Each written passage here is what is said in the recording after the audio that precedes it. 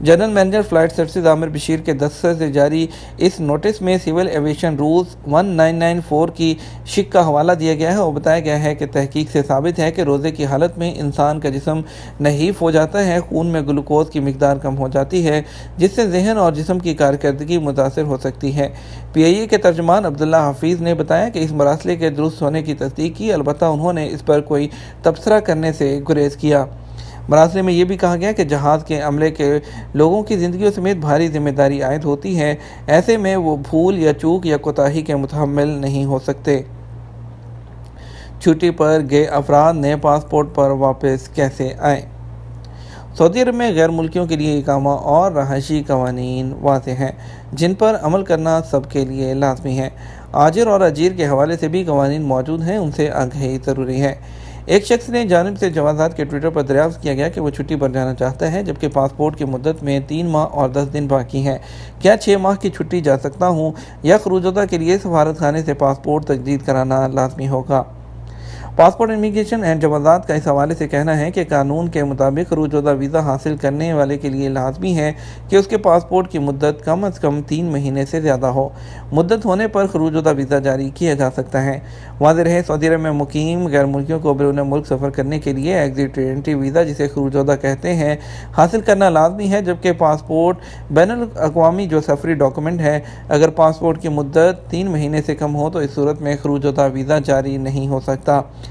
یاد رہے، ایسے غیر ملکی جو چھٹی پر وطن اپنے جہاں جانا چاہتے ہیں، ان کے پاسپورٹ کی مدت ختم ہو جاتی ہے، انہیں چاہیے کہ واپسی سے پہلے اپنے ملک سے ہی نیا پاسپورٹ بنوائیں اور واپسی کے موقع پر نیا پاسپورٹ پرانے کے ساتھ اٹیچ کریں، تاکہ واپسی پر امیگریشن کے وقت نئے پاسپورٹ کی انٹری ممکن ہو سکے۔ ایک اور شخص نے چھٹی کے دوران پاسپورٹ ایکسپائر ہونے پر اپنے ملک سے نیا پاسپورٹ حاصل کر لیا۔ اب یہ دریافت کرنا چاہتے ہیں کہ وہ نئے پاسپورٹ پر سعودی عرب کیسے آ سکیں گے۔ ٹویٹر اکاؤنٹ پر جوازات کی جانب سے بتایا گیا کہ واپسی پر نئے پرانے پاسپورٹ دونوں کو ایک ساتھ رکھیں اور امیگریشن کاؤنٹر پر پیش کریں۔ اس کے بعد جوازات کے کسی بھی آفس میں جا کر آپ پاسپورٹ کی نقل معلومات کروا سکتے ہیں۔ واضح رہے، نئے پاسپورٹ کی انٹری کے لیے جوازات کے جو ابشر اکاؤنٹ ہے اس پر سہولت فراہم کی گئی ہے، جس کے تحت سسٹم میں نئے انٹری کرنی ممکن ہوتی ہے۔ تاہم اس حوالے سے اگر پرابلم کا سامنا ہو تو آپ جوازات کے دفتر جا کر بھی اس کی انٹری کروا سکتے ہیں۔ موجودہ کورونا وائرس کی وجہ سے احتیاط کے جو پیش نظر جانے سے پہلے اپائنٹمنٹ لینا ضروری ہے، کیونکہ سرکاری کاموں کے لیے کورونا کی وجہ سے تمام اداروں میں ایڈوانس اپائنٹمنٹ لینا ضروری ہوتا ہے۔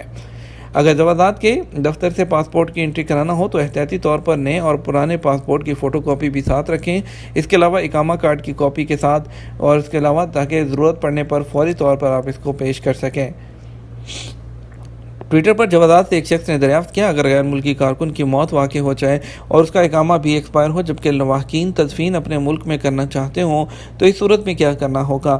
جوازات کا کہنا تھا کہ سب سے پہلے احوال المدینہ سول افیئر سے رجوع کریں، جہاں سے ڈیتھ سرٹیفکیٹ جاری کرایا جائے گا۔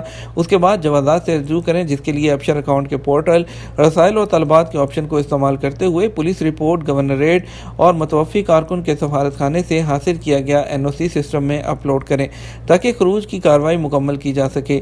اس حوالے سے میڈیکل رپورٹ کے علاوہ کارگو کے لیے انشورنس پالیسی کا ہونا بھی ضروری ہے، جو میت کارگو کرنے کے لیے ضروری ہوتا ہے۔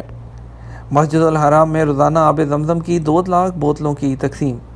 مسجد الحرام میں مکہ مکرمہ میں ماہ رمضان کے دوران یومیہ 2 لاکھ آب زمزم کی بوتلیں تقسیم کی جا رہی ہیں۔ حرم شریف میں آب زمزم کی فراہمی کی ذمہ داری پر مامور ادارہ سقیہ نے زائرین کے لیے زمزم کی مستقل فراہمی کے خصوصی انتظامات کر رکھے ہیں، تاکہ ماہ رمضان المبارک میں کسی بھی قسم کا پرابلم کا سامنا نہ کرنا پڑے۔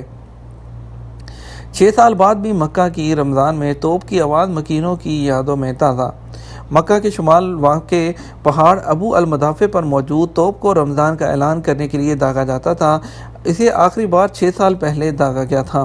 اس توپ کی آواز اب تک مکہ کے رہائشیوں کے کانوں میں گونج رہی ہے، جن کے لیے یہ روزہ کھولنے اور نماز کے اوقات اور رمضان کی ابتدا اور اختتام جاننے کا ذریعہ تھی۔